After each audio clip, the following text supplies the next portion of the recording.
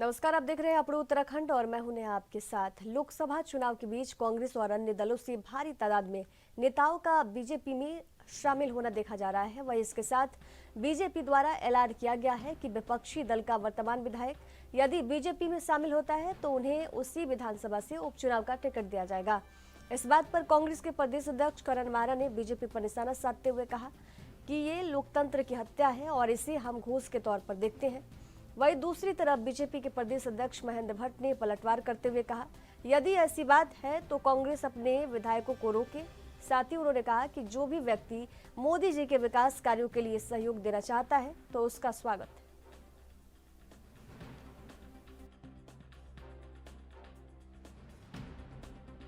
मैं यही कहूंगा कि ये जो है लोकतंत्र की हत्या है और इसको हम ब्राइब के रूप में देख रहे हैं, घूस के रूप में देख रहे हैं और ये लालच दिए जाने का एक बड़ा प्रमाण है जो आचार संहिता का उल्लंघन भी है। अगर महेंद्र भट्ट इस तरीके की बात करें तो निश्चित ही ये लालच देने की श्रेणी में आएगा। इसमें हम लीगल एडवाइस भी देंगे। नहीं, अपने विधायक को रोके ना। मेरा तो आह्वान है, मोदी जी के विकास कार्यों के लिए जो भी सहयोग देना चाहता है वो सहयोग दे, हम उसका स्वागत करते हैं। आगामी 2024 के लोकसभा चुनाव को लेकर उत्तराखंड निर्वाचन आयोग भी पूरी तरह से जुटा हुआ है। संयुक्त मुख्य निर्वाचन अधिकारी नमामि बंसल ने बताया कि उत्तराखंड में 11,729 मतदान केंद्र बनाए गए हैं और उत्तराखंड के अंदर 79 दिव्यांग मतदाता हैं। इन सभी मतदाताओं के लिए भारत निर्वाचन आयोग ने डाक मत पत्र की सुविधा दी है। नमामि बंसल ने बताया कि डाक मतदान केंद्र में आने के लिए जो असमर्थ हैं और जो मतदान केंद्र पर आना चाहते हैं, अपने मत अधिकार का प्रयोग मतदान केंद्र के अंदर करना चाहते हैं, उनके लिए भी जिला प्रशासन एवं चुनाव कार्यालय टोली वॉलंटियर्स विशेष प्रकार की सभी तैयारियों को उपलब्ध कराने की तैयारी कर रहा है। मतदान केंद्र कुल 11,729 हैं और जो दिव्यांग मतदाता हैं वो हमारे लगभग 79,000 हैं। इन सभी मतदाताओं के लिए माननीय भारत निर्वाचन आयोग ने डाक मतपत्र की सुविधा दी है। डाक मतपत्र के माध्यम से जो मतदान केंद्र में आने में समर्थ नहीं है वो अपना मताधिकार का प्रयोग कर सकते हैं। साथ ही साथ जो आना चाहते हैं मतदान केंद्र पर, अपने मताधिकार का प्रयोग मतदान केंद्र में आकर करना चाहते हैं, उनके लिए भी जिला प्रशासन और चुनाव कार्यालय डोली वॉलंटियर्स और अन्य विशेष प्रकार की सभी सुविधाएं उपलब्ध कराने की। आगामी 2024 के लोकसभा चुनाव को लेकर सभी राजनीतिक पार्टियां अपने अपने तरीके से तैयारियों में जुटी हुई है। बात अगर कांग्रेस की करें तो कांग्रेस की लोकसभा चुनाव को लेकर पूर्ण रूप से तैयारियों में जुटी है। एक तरफ जहां बीजेपी ने अपने स्तर पर चालकों की सूची जारी कर दी है, वहीं कांग्रेस के स्टार प्रचारकों की सूची आना अभी बाकी है। कांग्रेस के संगठन उपाध्यक्ष मथुरा दत्त जोशी ने बताया कि स्टार प्रचारकों की सूची तैयार हो चुकी है।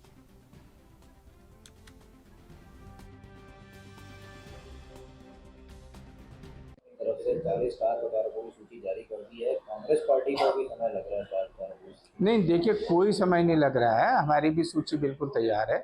चूँकि सूची अखिल भारतीय कांग्रेस कमेटी के स्तर से जाती है और ऑल इंडिया लेवल के एक ही सूची बनेगी और प्रदेश के जिन नेताओं के नाम उसमें सम्मिलित होने हैं उत्तराखंड के लिए, वो नाम हमने अखिल भारतीय कांग्रेस कमेटी को प्रेषित कर दिए हैं।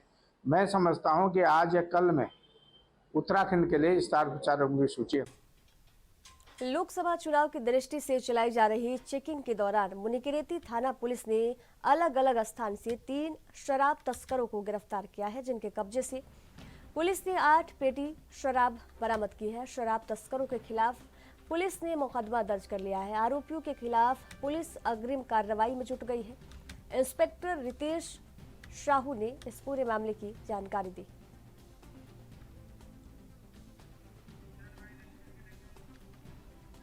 देहरादून के बीजेपी मीडिया सेंटर में प्रदेश प्रवक्ता और पूर्व राज्य मंत्री रविंद्र जोगरान ने प्रेस वार्ता कर कांग्रेस के पौड़ी लोकसभा प्रत्याशी गणेश गोदियाल पर जमकर हमला बोला।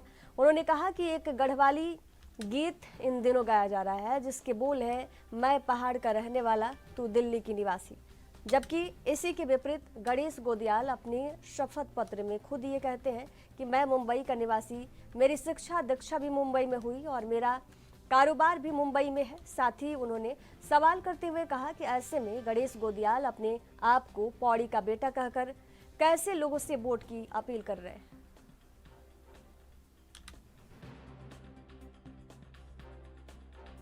जो गाना पौड़ी लोकसभा के कांग्रेस के प्रत्याशी गाने का प्रयास कर रहे थे बेसुरे सुर में कि मैं तू दिल्ली रहने वालू, मैं उत्तराखंड को प्रवासी, मैं पहाड़ को वासी, मैं रहवासी, ये बिल्कुल उल्टा पड़ गया है। अब जो शपथ पत्र उन्होंने दिया है वो उसमें स्वयं कह रहे हैं गणेश गोदियाल जी, मैं मुंबई को रहने वालू, मेरी संपत्ति मुंबई माँ, मेरू धंधा पानी मुंबई माँ, मेरी गाड़ी को नंबर भी मुंबई को, मेरी शिक्षा दीक्षा भी मुंबई की, मैं तो इनकम टैक्स को नोटिस आई वो भी मुंबई को। तो वो बोल रहे हैं कुल मिला के वो यही है कि मैं पढ़ा बला, शिक्षा दीक्षा, बिजनेस, गाड़ी नंबर, मेरा फ्लैट, मेरे बच्चे, मेरा परिवार सब बॉम्बे में रहते हैं, लेकिन शपथ पत्र में बोल रहे हैं। तो ये गाना आज से जो है वो उल्टा बजना शुरू हो जाएगा, जिसको बीजेपी ने उत्तराखंड में लोकसभा चुनाव के लिए 40 स्टार प्रचारकों की सूची जो है जारी कर दी है। इस सूची में प्रधानमंत्री नरेंद्र मोदी, यूपी के सीएम योगी आदित्यनाथ, मुख्यमंत्री पुष्कर सिंह धामी के साथ ही केंद्रीय मंत्रियों, राज्य के 3 लोकसभा प्रत्याशियों और सभी कैबिनेट मंत्रियों को शामिल किया गया है। बीजेपी के वरिष्ठ नेता और राज्य मंत्री ज्योति प्रसाद गैरोला ने बताया कि अगले कुछ ही दिनों में अब स्टार प्रचारक राज्य में प्रचार अभियान शुरू करेंगे। इसके तहत जल्द ही रैलियों के स्थान तय करने के बाद स्टार प्रचारकों के दौरे जो है शुरू कर दिए जाएंगे। उन्होंने कहा कि चुनाव प्रचार के लिए अब आधा महीने के करीब ही समय शेष रह गया है। ऐसे में जल्द स्टार प्रचारकों के दौरे शुरू होंगे।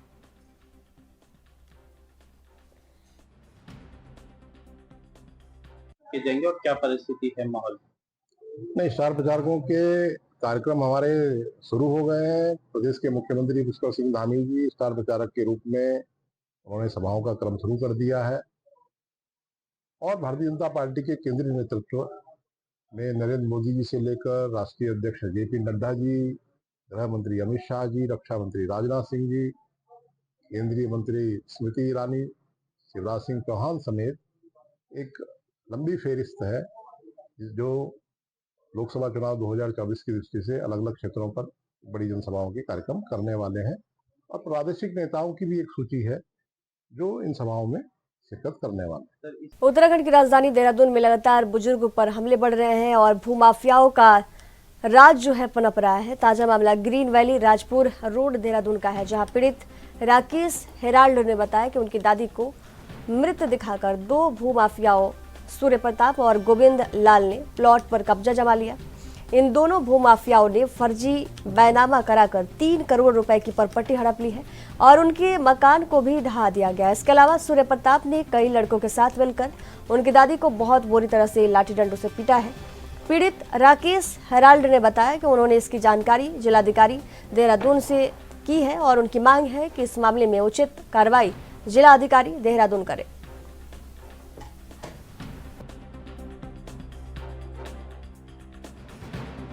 हालांकि हमारे पास तो एक ही घर था और बगल में 2 प्रॉपर्टी थी और एक हमारी शॉप है।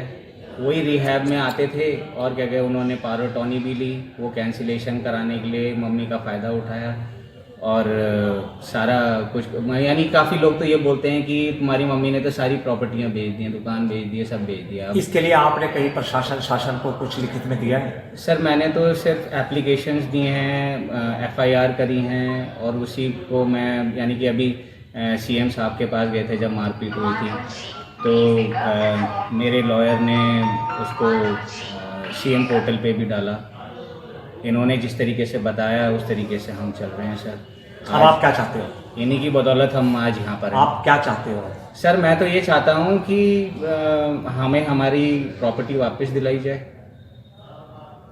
काफ़ी लोग अलग अलग राय देते हैं कि आप ऐसा कर लो वैसा कर लो, लेकिन हम तो, मैं नहीं बेचना चाहता हूँ। मैं वहाँ हमारी पूरा बचपना गुजरा है, यादें हैं पिताजी। प्रॉपर्टी कितनी बिकी बता दो? सर 4 करोड़ बता रहे हैं, मिनिमम 3 भी बता रहे हैं, लेकिन यहाँ पर तो 54-55 लाख रुपए दे के और उसमें भी 20-30 लाख रुपए। प्रदेश भर में बढ़ रहे तापमान के बीच मौसम विभाग ने पहाड़ों से लेकर मैदानों तक आने वाले 2 से 3 दिनों तक बारिश का अंदेशा जताया है। मौसम वैज्ञानिक रोहित थपलियाल ने कहा कि 29, 30 और 31 मार्च को प्रदेश के अधिकांश हिस्सों में बारिश देखने को मिल सकती है। साथ ही उन्होंने कहा कि 3500 मीटर से अधिक ऊंचाई वाले इलाकों में बर्फबारी की संभावना है और आने वाले 2 से 3 दिनों तक बारिश के चलते तापमान में गिरावट भी दर्ज की जा सकती है, जिसके चलते बढ़ रहे तापमान से आम लोगों को राहत मिलने की उम्मीद है।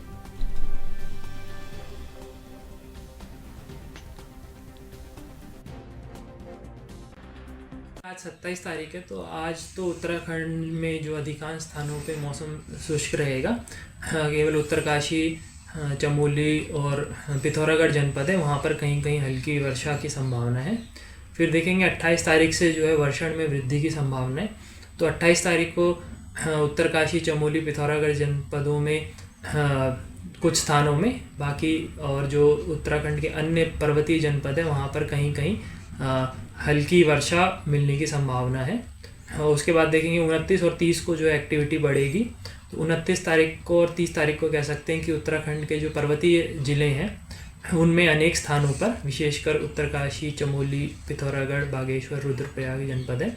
साथ ही जो मैदानी क्षेत्र है वहाँ पर भी कुछ स्थानों पर हल्की से मध्यम वर्षा मिलने की संभावना है। फिर 31 तारीख को भी जो है उत्तराखंड के पर्वतीय क्षेत्रों में जो है रेनफॉल की एक्टिविटी रहेगी। तो इसमें जो है कुछ स्थानों तक में जो है पर्वतीय क्षेत्रों में भी जो है रेनफॉल और थंडरस्टॉर्म एक्टिविटी मिलेगी।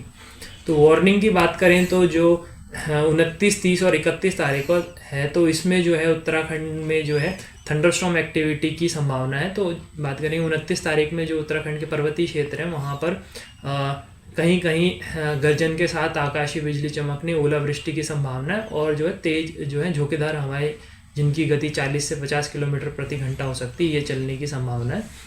उसी तरीके से 30 तारीख को भी जो है उत्तराखंड के पर्वतीय और जो मैदानी क्षेत्रों में भी जो है थंडरस्टॉर्म और हेलस्टॉर्म की एक्टिविटी की पॉसिबिलिटी है और जो है तेज जो गस्टी विंड्स, जो तेज झोंकेदार हवाएं 40 से 50 किलोमीटर की चल सकती हैं। उसके बाद जो है 31 तारीख में भी देखेंगे तो फिर 31 तारीख में जो है पर्वतीय क्षेत्र हैं जो उत्तराखंड के पर्वतीय ज़िले, वहाँ पर जो है थंडरस्टॉर्म और हेलस्टॉर्म की एक्टिविटी मिलने की संभावना है। तो अभी जो ये कहेंगे कि अभी अगले जो है 5 से 7 एक हफ्ते की बात करेंगे तो जो एक्टिविटी मेन 29, 30, 31 तारीख को उत्तराखंड में मिलने की संभावना है। देखिए, जो इसमें ज़्यादातर वर्षा की बात करें तो वर्षा जो है लाइट और मॉडरेट कैटेगरी की ही पॉसिबिलिटी है। मध्यम दर्जे तक की वर्षा मिल सकती है 29, 30, 31 तारीख में। और बर्फ़बारी की भी बात करें तो बर्फ़बारी भी जो 4000 मीटर हैं या उससे अधिक ऊंचाई वाले क्षेत्र है वहाँ पर हल्की से मध्यम बर्फ़बारी भी मिलने की संभावना है। वक्त है एक छोटे से ब्रेक का। ब्रेक के बाद जल्द हाजिर होंगे। देखते रहिए एएनबी न्यूज़।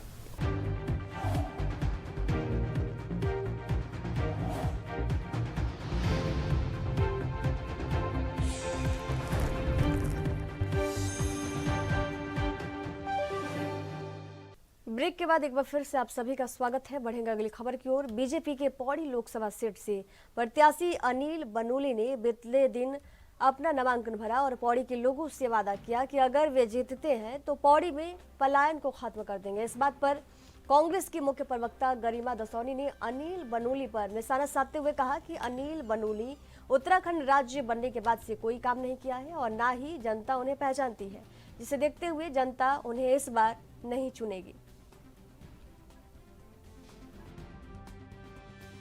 देखिए, आज तमाम चुनाव प्रचार के दौरान जो पौड़ी गढ़वाल संसदीय क्षेत्र से भाजपा के प्रत्याशी हैं अनिल बलूनी जी, वो ये कहते हुए पाए जा रहे हैं कि वो अगर सांसद चुने जाएंगे या जनता का आशीर्वाद उन्हें मिलेगा तो वो पलायन पर वृहद काम करेंगे। मैं अनिल बलूनी जी को याद दिलाना चाहती हूँ कि 23-24 साल उत्तराखंड को बने हुए हो गए, आज तक उत्तराखंड से उनका कोई लेना देना या नाता नहीं रहा। हमेशा दिल्ली वाले नेता के रूप में वो जाने गए और चाहे वो भंडारी के ओएसडी के रूप में उनको देखा जाए या 2004 में एक बड़ी हार का सामना उन्होंने उत्तराखंड में किया, फिर निशंक की सरकार में किस तरह से वो दायित्वधारी बने, लेकिन उसके बाद भी उत्तराखंड में वो नहीं रहे। दायित्व पाने के बाद भी 2012 में वो प्रदेश प्रवक्ता बनाए गए, तीरथ रावत जी जब प्रदेश अध्यक्ष थे, लेकिन एक प्रवक्ता के रूप में कहीं कोई बाइटें या कहीं कोई डिबेट उनकी देखने को नहीं मिलती। 2014 में तो वो नेशनल पैनलिस्ट ही बन गए भाजपा के और मीडिया प्रभारी बन गए गए राष्ट्रीय मीडिया प्रभारी, तो बिल्कुल ही नाता टूट गया उत्तराखंड से। लेकिन जो सबसे बड़ी बात यहाँ देखने वाली है कि 2017-18 में त्रिवेंद्र रावत की सरकार में जिसने अपनी धर्मपत्नी का ट्रांसफर हल्द्वानी से दिल्ली करा लिया हो, वो आज उत्तराखंड की जनता से ये झूठा वादा कर रहा है कि मैं पलायन पे काम करूंगा। तो जो जीता जागता जिसका परिवार पलायन का उदाहरण हो, वो उत्तराखंड की जनता को पलायन ना करने की सलाह दे रहा है, तो कहीं ना कहीं हास्यास्पद लगता है। मैंने गरिमा जी का बयान सुना है और मुझे लगता है कि गरिमा जी खुद ही उनकी उपलब्धियों को गिना रही है अपने बयान में, और हमें गर्व है कि उत्तराखंड का एक बेटा गुजरात के राज्यपाल के साथ ओएसडी रहे हैं, उनकी बीबी ने यहाँ जॉब करी है, टीचर हैं वो, और उसके बाद उन्होंने जिस तरह की तरक्की की है, हम सब के लिए गौरव की बात है, उत्तराखंड के युवाओं के लिए गौरव की बात है कि ये सब अनिल बलौनी एक गांव का, पौड़ी गांव का बेटा होने के साथ साथ उन्होंने भाजपा में रह के जिस तरह की तरक्की की है, ये उत्तराखंड के युवाओं के लिए गौरव की बात है और हम सबके लिए बड़ी गौरव की बात है। आज वो पौड़ी लोकसभा के टिकट पे चुनाव लड़ रहे हैं और हमें गर्व है कि हमारे गढ़वाल लोकसभा सीट से एक ऐसा बेटा जिसने गांव में रह करके आज राज्यसभा और आज लोकसभा का वो चुनाव लड़ रहे हैं, तो निश्चित तौर पर उत्तराखंड के युवाओं का जो उत्थान होता है वो भाजपा में रहकर ही होता है। जैसे अनिल बलौनी के साथ साथ कई युवा हमारे इस तरह से तरक्की करते करते आगे बढ़ते हैं, तो ये उत्तराखंड के लिए बड़ी गौरव की बात है। लोकसभा चुनाव के लिए उत्तराखंड बीजेपी ने संकल्प पत्र तैयार करने के लिए पूरे प्रदेश में समाज के अलग अलग वर्गों में रहने वाले लोगों से सुझाव मंगवाए थे। इन सुझावों को प्राप्त करने के लिए भारतीय जनता पार्टी ने चुनाव प्रबंधन समिति का भी गठन किया था, जिसका संयोजक हरिद्वार लोकसभा सीट से बीजेपी प्रत्याशी त्रिवेंद्र सिंह रावत को बनाया गया। करीब एक महीने से ज्यादा समय बीत जाने के बाद उत्तराखंड की 70 विधानसभा के 70,000 लोगों ने बीजेपी को अपने सुझाव भेजे हैं, जिन्हें समिति केंद्र और राज्य को भेजने वाली है। संयोजक त्रिवेंद्र सिंह रावत ने बताया कि सभी सुझावों में से 60% चुनाव सुझाव राज्य को, जबकि 40% सुझाव केंद्र को प्रेषित किए जाएंगे। उन्होंने कहा कि सभी प्राप्त सुझाव से देश को विकसित बनाने के संकल्प को और भी ज्यादा मजबूती दी जाएगी। वहीं उन्होंने ये भी कहा कि इस बार का चुनाव कांग्रेस और बीजेपी की विचारधाराओं में है। देखिए, उत्तराखंड आपदा प्रभावित क्षेत्र है और निश्चित रूप से चाहे आपदा से संबंधित हो या पर्यावरण से संबंधित हो, क्योंकि पर्यावरण के मसले पर उत्तराखंड के लोग बहुत जागरूक हैं। राष्ट्र के लिए सेना बहुत ज़रूरी है और सेना में उत्तराखंड का एक बड़ा हिस्सा है। बड़े लोग हमारे सेना में जाने के इच्छुक होते हैं, तो सेना से संबंधित भी सुझाव हैं। हमेशा सेंटर जो सुझाव लेता है संघ का, वो नीतिगत होते हैं, वो हमारी नीतिगत होते हैं, राज्यवार नहीं होते हैं कभी भी। सुझाव तो सर स्टेट लेवल पे भी आए होंगे ना सर? निश्चित रूप से इग्नोर नहीं हो रहा है। 60% स्टेट गवर्नमेंट को दिए जाएंगे, हमारी सरकार है, और 40% जो आए हैं वो केंद्र का जो हमारी संकल्प पत्र समिति है वो उस पर विचार करके और संकल्प पत्र में उसको शामिल करने का काम करेगी।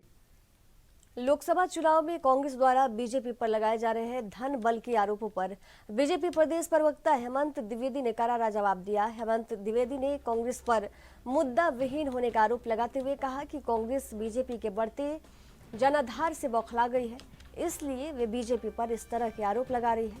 साथ ही उन्होंने कहा कि बीजेपी प्रत्याशी अनिल बनूली के नामांकन के दिन उमड़ी हजारों की भीड़ बताती है कि बीजेपी की चारों ओर लहर है।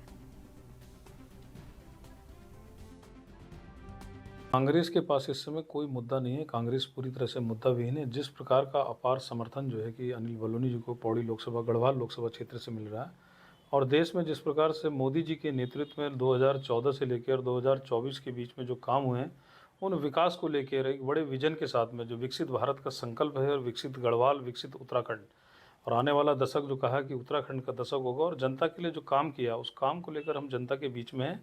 और जिस प्रकार का जनता का रुझान पूरे लोकसभा क्षेत्र के अंदर कल हमारा नामांकन था, ऐसा जनसमूह, अपार जनसंख्या जो है कि उनको समर्थन के लिए, उनको आशीर्वाद देने के लिए जो है कि कल पौड़ी उनके नामांकन पर वहाँ। खबरों के सफर में फिलहाल दीजिए जाने की इजाजत। देखते रहिए एएनबी न्यूज। नमस्कार।